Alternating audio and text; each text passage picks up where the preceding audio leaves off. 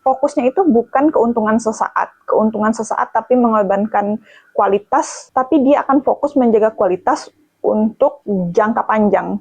Menjaga ketika seorang pengusaha muslim yang fokus jaga berkah, dia itu nggak mau nipu konsumen karena dia nggak mau berbohong sama Allah.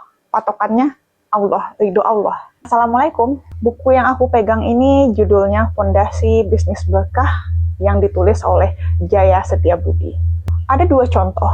Yang pertama, pengusaha di kota A. Dia itu punya bisnis yang mungkin dalam waktu 1 tahun, 2 tahun, untungnya udah bisa membeli aset tanah, ruko, punya banyak karyawan, namun kadang sampai mengurangi kualitas yang dijual. Lalu karyawannya juga tidak digaji dengan layak. Lalu ada contoh pengusaha di kota B yang mungkin usahanya udah jalan beberapa tahun, tapi mungkin keuntungan yang didapat belum sebanyak pengusaha yang pertama, demi menjaga kualitas barang dan tetap menjaga karyawan mendapatkan gaji yang layak. Kita paham ada dua pengusaha tadi, dan menurut kamu, pengusaha yang pertama atau kedua, sosok mana sih sebenarnya yang dimaksud dalam buku ini? Silahkan jawab.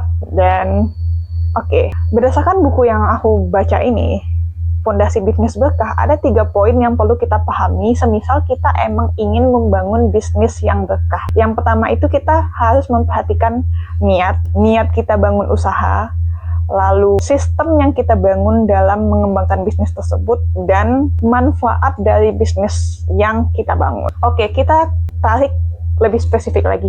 Apa sih sebenarnya bisnis berkah itu? Kalau dalam konsep mainstream, kita sering melihat yang dianggap orang tajir kayak melintir itu adalah orang-orang yang punya aset banyak, investasinya juga banyak, bisnisnya untungnya banyak. Tapi sebenarnya yang dimaksud dalam buku ini, yang dimaksud adalah bisnis berkah adalah mungkin yang dimaksud dalam buku ini, seseorang pengusaha yang dibilang sukses dalam konsep mainstream ditambah dengan bisnis yang memberi manfaat baik untuk konsumennya ataupun untuk orang-orang yang menjalankan bisnis tersebut termasuk bagi karyawannya. Untuk kita refleksi dan mengkaji, sebenarnya bisnis yang kita jalankan itu udah sesuai berkah atau tidak. Kita bisa menelaah. Ada 3 poin utama dalam kita memantau, merefleksi apakah bisnis yang kita bangun itu udah menuju bisnis yang berkah atau belum.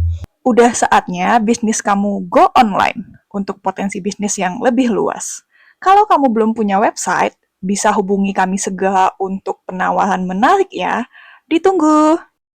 Yang pertama itu adalah halal dan legal. Kayak gimana itu? Contohnya gini, kan kita silahkan ya bisa menjual ayam. Kita mau jual ayam goreng, kita bisa jualan bebas, nggak ada undang-undang yang melarang. Tapi agar bisnis kita itu berkah, selain kita konsen ke menjual ayam halal kan, ayam legal kan, tapi ayam itu dalam prosesnya kita harus menjaga kualitas ayam tersebut, sehingga ayamnya juga selain legal boleh diperjualbelikan, ayamnya juga halal karena kita sebagai muslim perlu memperhatikan kehalalan suatu produk. Halal ini menyangkut cara kita memperoleh dan dampak ketika kita menjual ayam tersebut, baik itu ke konsumen ataupun ke kita. Kalau kita jual ayam yang kualitasnya baik, kualitasnya bagus, halal ke konsumen, itu kan juga bermanfaat untuk konsumennya. Ketika kita memberi manfaat ke konsumen dengan menjaga kualitas ayam, itu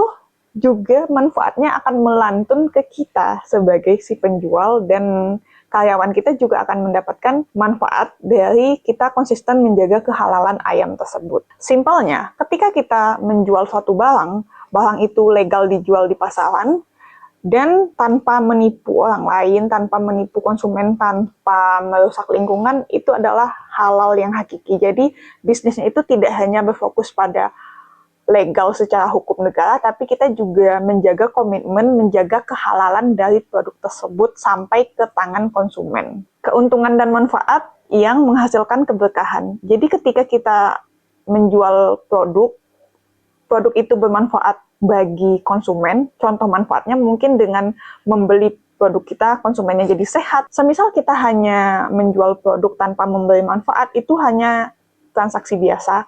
Tapi kalau seandainya ketika kita menjual satu produk, produk tersebut memberi manfaat untuk konsumennya, maka setiap transaksi itu memberikan kebaikan untuk si konsumen dan untuk si kita yang penjualnya juga, termasuk untuk karyawan kita. Yang terakhir, tujuan utamanya adalah mencari ridho Allah. Jadi, apapun yang kita jual, apapun bisnis ataupun jasa yang kita tawarkan, selama itu tidak bertentangan dengan ridho Allah, nah itu sudah mendekatkan kita ke bisnis yang berkah. Niat yang benar. Kalau seandainya kita punya niat, misalnya kita buka usaha, dengan usaha itu kita pengen kaya.